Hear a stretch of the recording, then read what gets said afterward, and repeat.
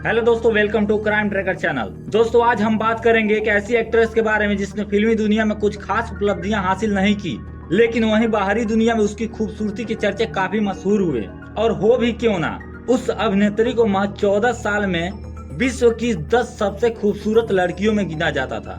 उन्हें 1954 में Femina miss India का ताज पहनाया गया था, लेकिन उस बेचारी की किस्मत बहुत खराब थी।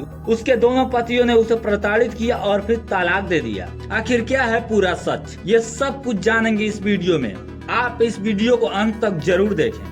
दोस्तों मैं बात कर रहा हूँ भारत की मशहूर अभिनेत्री लीला नायडू की। लीला नायडू का जन्म मुंबई में हुआ था। उनके पिता एक साइंटिस्ट थे जिनका नाम पतित रमैया नायडू था। वही लीला की मां का नाम मार्थे मांगे नायडू था। हालांकि मैं आपको बता दूं, लीला नायडू की मां एक स्विस फ्रेंच मूल की महिला थी। लीला नायडू बेहद ही अमीर परिवार में पली बड़ी। उनकी प्रारंभिक शिक्षा स्विट्जरलैंड में हुई थी।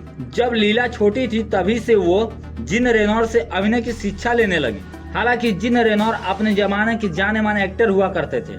एक बार पेरिस में मशहूर चित्रकार सिल्वाडोर डाली ग्रैंड होटल में रुके हुए थे। तभी बाहर उन्होंने लीला को देखा जो बेहद ही खूबसूरत लग रही थी।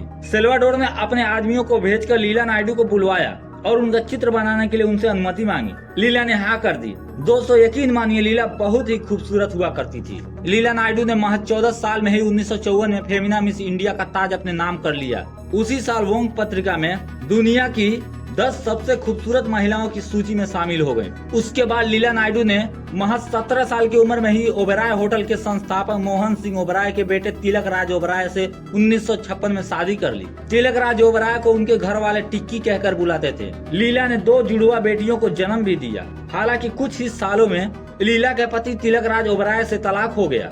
हालांकि लीला ने तलाक की असल वजह नहीं बताई, लेकिन लीला की दोस्त ने मीडिया को बताया था कि तिलक राज अपनी पत्नी लीला को शराब पीकर मारा पीटा करते थे, जिसके कारण लीला ने अपने पति से दूरियां बना ली। लेकिन लीला की दोनों बेटियों की कस्टडी अदालत ने तिलक राज ओबेरॉय को दे दी। अब लीला मुंबई के कोलाबे में अकेली रहने लगी। उसी बीच लीला नायडू को बॉलीवुड से अनेकों फिल्मों के ऑफर आने लगे, क्योंकि लीला 2 बच्चों की मां होने पर भी बहुत ही खूबसूरत लगती थी। उनकी खूबसूरती में कोई कमी नहीं देखी गई थी। लीला ने 1962 में बलराज साहनी की फिल्म अनुराधा से अपने फिल्मी कैरियर की शुरुआत की। हालांकि ये फिल्म कुछ खास कमाल नहीं कर पाई, लेकिन लीला की खूबसूरती पूरे भारत में जरूर फैल गई। उसी साल लीला ने फिल्म उम्मीद में भी काम किया, जो कि थोड़ा चली। हालांकि लीला नायडू ने 1962 से लेकर 1992 तक लगभग 9 फिल्मों में अपने अभिनय का प्रदर्शन किया, जिनमें ये रास्ते हैं प्यार के, द हाउस होल्डर, बागी, आबरू, द गुरु, त्रिकाल और इलेक्ट्रिक मून था। दोस्तों ईमानदारी से बात करें तो लीला नायडू का फिल्मी सफर कुछ खास नहीं रहा। हाँ, उनकी खूबसूरती की चर्चा जरूर रही।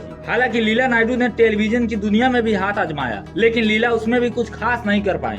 दोस्तों लीला नायडू के निजी जीवन की बात करें तो मैंने आपको उनके पति तिलक राज ओबेरॉय के बारे में बताया ही है इस वीडियो में। अब बात कर रहे हैं लीला नायडू के दूसरी शादी के बारे में। लीला नायडू की दूसरी शादी मुंबई में ही एक कवि डोम मोरेस से हुई थी 1969 में। वो अपने पति डोम मोरेस के साथ हांगकांग, न्यूयॉर्क, दिल्ली और मुंबई में लगभग 25 सालों तक एक साथ रहे। ताज्जुब की बात है, लीला नायडू और डोम मोरेस का तलाक हो गया। फिर लीला मुंबई के कोलाबा में अपने घर में अकेली रहने लगी। उन्होंने दुनिया से पूरी तरह किनारा कर लिया, क्योंकि उनके दोनों पतियों ने लीला नायडू के साथ दगाबाजी की। अब लीला को किसी पर भी विश्वास नहीं रहा। उसी बीच उनकी बेटी माया ओबेरॉय को दिल का दौरा पड़ने से मौत हो गई। कभी कभी उनकी दूसरी बेटी प्रिया ओबेरॉय लीला से मिलने के लिए उनके घर आ जाया कर। दोस्तों जुलिया नायडू के ऊपर समय की मार पड़ने लगी और उनको इन्फ्लुएंजा नामक बीमारी ने घेर लिया और लगभग 2 महीने तक दुख और पीड़ा सहते हुए 28 जुलाई 2009 को लीला नायडू का मुंबई कोलाबा स्थित घर में देहांत हो गया।